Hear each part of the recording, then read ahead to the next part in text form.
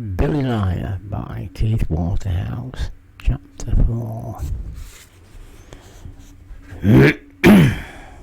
At the far end of St. Bottle's Passage, past the green wrought iron urinal, was a broken down old lich gate leading into the churchyard. St. Bottle's, a dark, dank slum of a church, was the home of the Ladies' Guild, a choir, some mob called the Shining Hour, and about half a dozen other organisations, but so far as I knew it,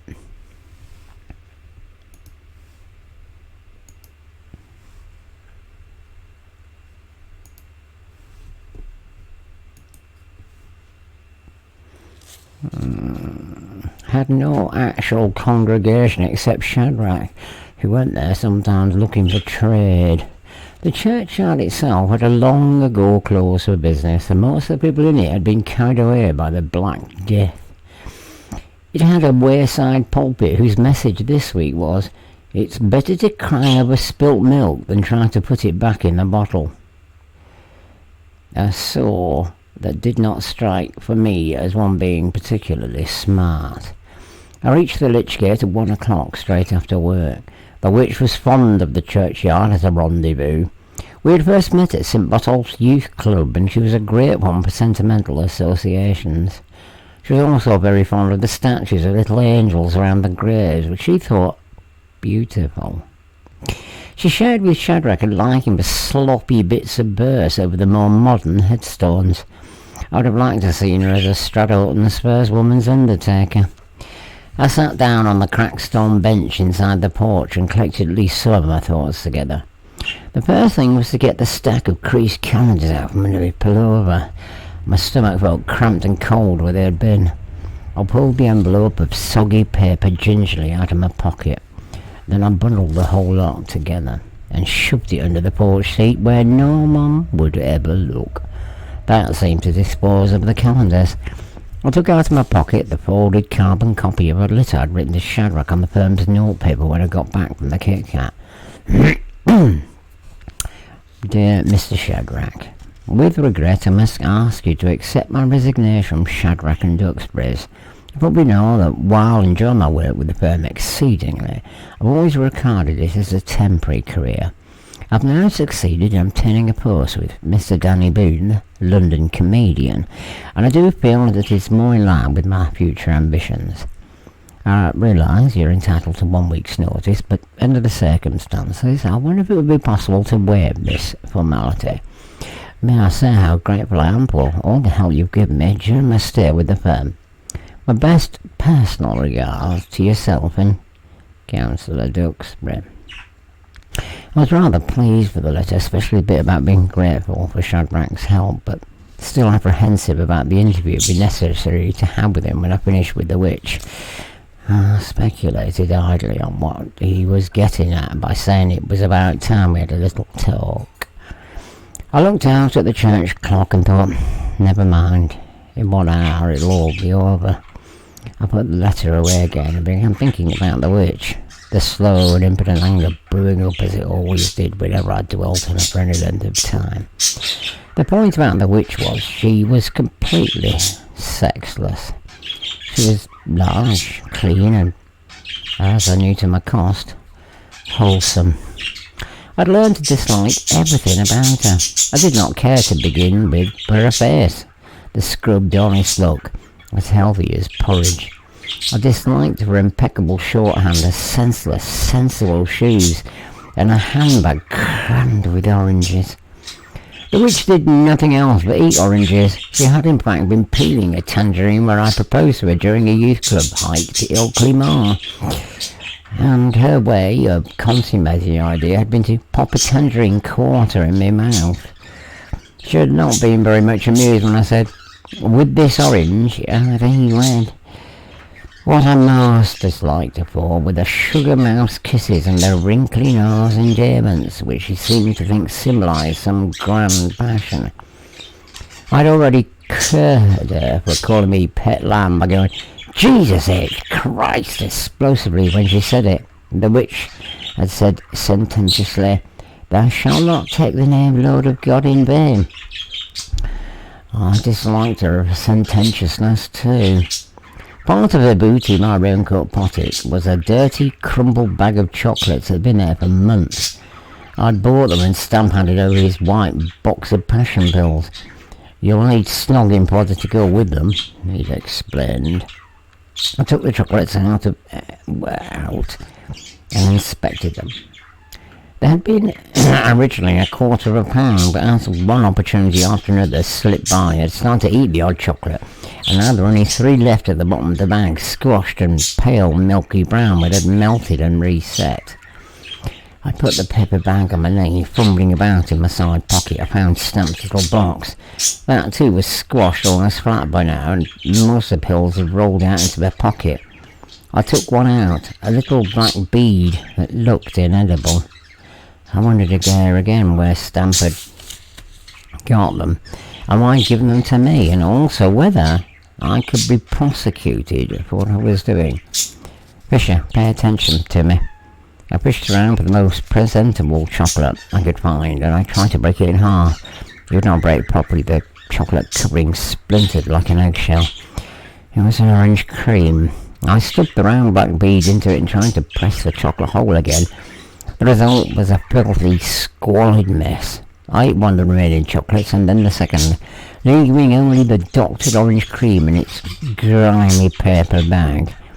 I lit a cigarette and stood up and stretched, looking down at St. Bottle's Passage. I saw the witch picking her way disdainfully through the swaying little groups of betting men who were beginning to congregate. I felt the usual claustrophobia coming on as she marched up to the lich gate, swinging her flared skirt like a Scot swings his kilt, an arrogant and not sexy swing. I disliked the way she walked. "Hello," said the witch, coldly. She was always cold when we were anywhere that resembled a public place. Later on she'd start the ear nibbling, the nose rubbing and the baby talk. I said, "Hello, darling." I could not say darling. I was always trying, but it always came out as darling. We sat down together on the large stone bench under the spider's webs. She eyed my player's weights viciously. "How many cigarettes today?" "2," I said. "That's a good boy," the witch said, not quite half jokingly. She got hold of some idea that I was smoking only 5 a day. "Did you have a busy morning, darling?" I said, giving her the soulful look. The witch raised her eyeballs, blew upwards into her nostrils, a habit which I was fast getting ready to clout her. "Only about 30 letters from Mr. Turnbull. Then he wanted me to type out an agreement." She rattled on in this vein for a few minutes. "Did you talk to any men today?" I asked her. This was another idea she had. I was supposed to be jealous she spoke to anybody else but me. "Only Mr. Turnbull and Stamp when I rang up." "Did you talk to any girls?" "Only the waitress when we went out for coffee." The witch bit on a meaning expression. "Couldn't your friend have spoken to her?" she pouted. She wouldn't speak Arthur's name, because even that was supposed to make me jealous. "Darling," I said, "have you missed me?" "Of course. Have you missed me?" "Of course." That seemed to be the end of the Inquisition. I grubbed around in my pocket and produced what was left of the chocolates. "I saved this for you," I said. And the witch peered doubtfully into the sticky brown stem depths of the bag. "It looks a bit squashed," she said. I took the chocolate between her fingers, open wide, shoved her mouth, probably to protest, and I ran the chocolate in. "Nasty," said the witch, gulping. I craned my neck, pretending to scratch me, and glanced out the porch at the church clock. Stamp's passion bills was to take it back in a quarter of an hour at most. He had once given me a description of a straight-faced Baloo who ran a wolf cub pack over in Leeds, and she had started pouring his jacket and whimpering only 5 minutes after he slipped the passion pill into the guise of an engine tablet. "What were you ringing about this morning? Anything?" "Just wanted to talk to you, pet," said the witch, wriggling herself into a position of squeamish luxury. "I've seen the most marvellous material to make curtains for our cottage. Honestly, you'll love it. Eating oranges in St. Bottle's churchyard on a long crisp nights, or sometimes in a public shelter at the corporation cemetery." another favourite spot. We discussed at length the pompous prospect of living in a thatched cottage in the middle of some unspecified field in Devon. At times, in the right mood, I could get quite enthusiastic over this rural image and even figured in my number one thinking before now. We'd invented two children, little Barbara and little Billy, the prototypes actually of the imaginary family I told Arthur's mother about, and we discussed their future and the village activities and the poker work mottos and all the rest of it. It's a sort of turquoise with lovely little squiggles like wine glasses. Will it go with a yellow carpet? No, will it go with the grey rugs in the kiddies' rooms? Darling!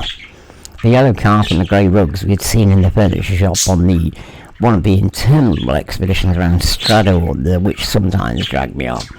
They'd all long been sold, but many had become part of the picture of the cottage, along with the Windsor chairs, the kettle singing on the hob, the bloody cat, and also the crinoline ladies from my bedroom wall at home.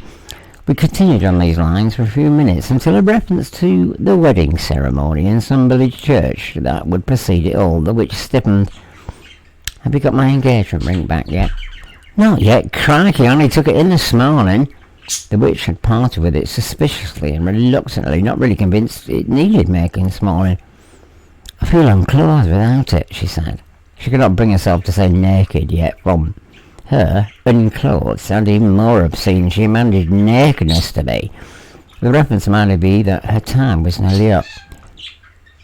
Let's go on to the churchyard, away from all the people, I said, standing up, taking her cold, chapped hands. She looked doubtful again into the dead-looking graveyard. It's a bit damp, isn't it? I'll sit on my raincoat. Go on, darling.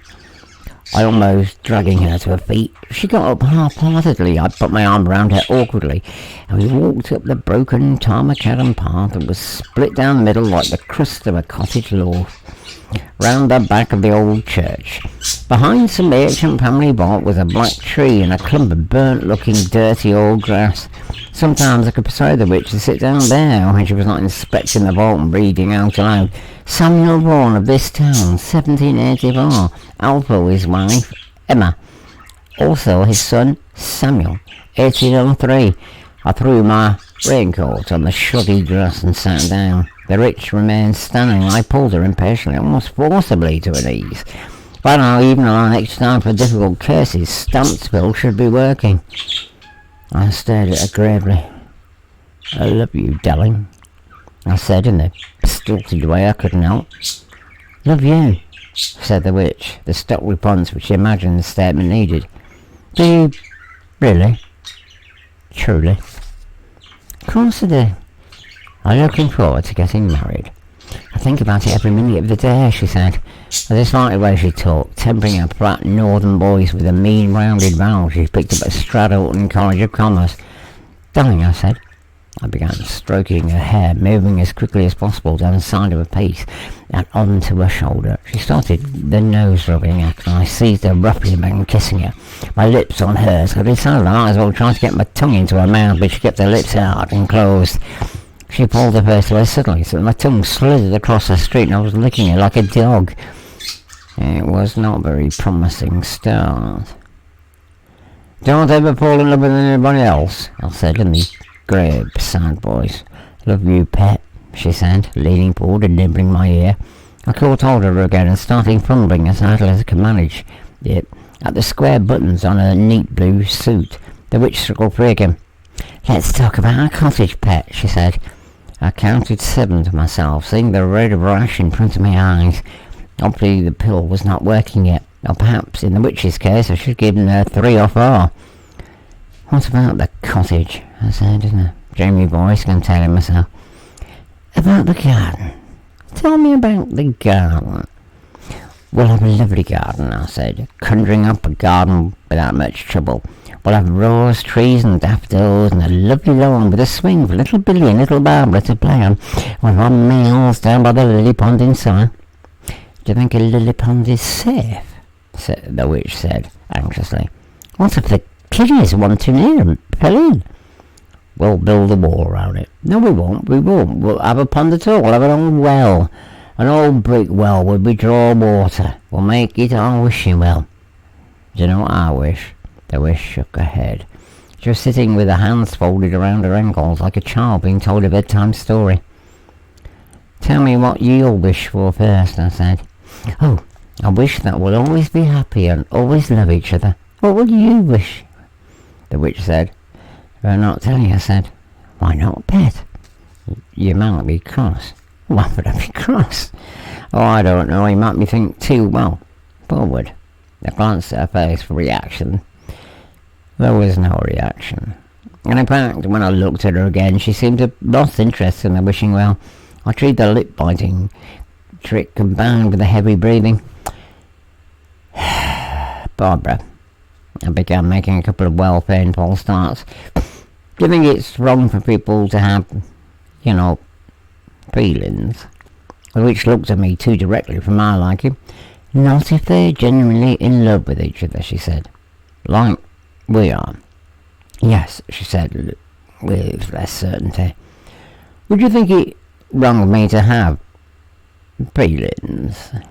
The witch, speaking briskly and firmly as though she had been waiting for this one and knew what to do about it, said, I think we ought to be married first. I looked at her sorrowfully. Darling, I got over the back of her neck and kissed her again. This time, marking a bold decision, I put my hand on the thick salmon-coloured stocking just above the shin. She stiffened, but did not do anything about it. I moved the hand up, the voice of Stamp floating into my mind. His hand caressed her silken knee. As soon as I reached her knee, the witch tore herself free. Are you feeling all right? She said abruptly. Of course, darling. Why? I said, not moving my hand. She pointedly looked down to her knee. Look where your hand is. I moved away slightly audibly. Darling, did you want me to touch you? The witch shrugged. It seems indecent somehow. I leaned forward to kiss her again. She sidestepped abruptly, reaching for the leather shoulder bag she always carried with her.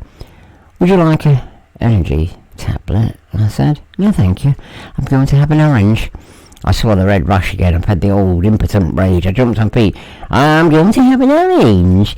Mimicked in a pulse said, I'm going to have an orange. On a sudden edge, I booted the leather handbag out of my hand and across the grass. Came to rest by an old gravestone, sprang at oranges and short-hand dictionaries. Billy! The witch said sharply. You and your bloody oranges, I said.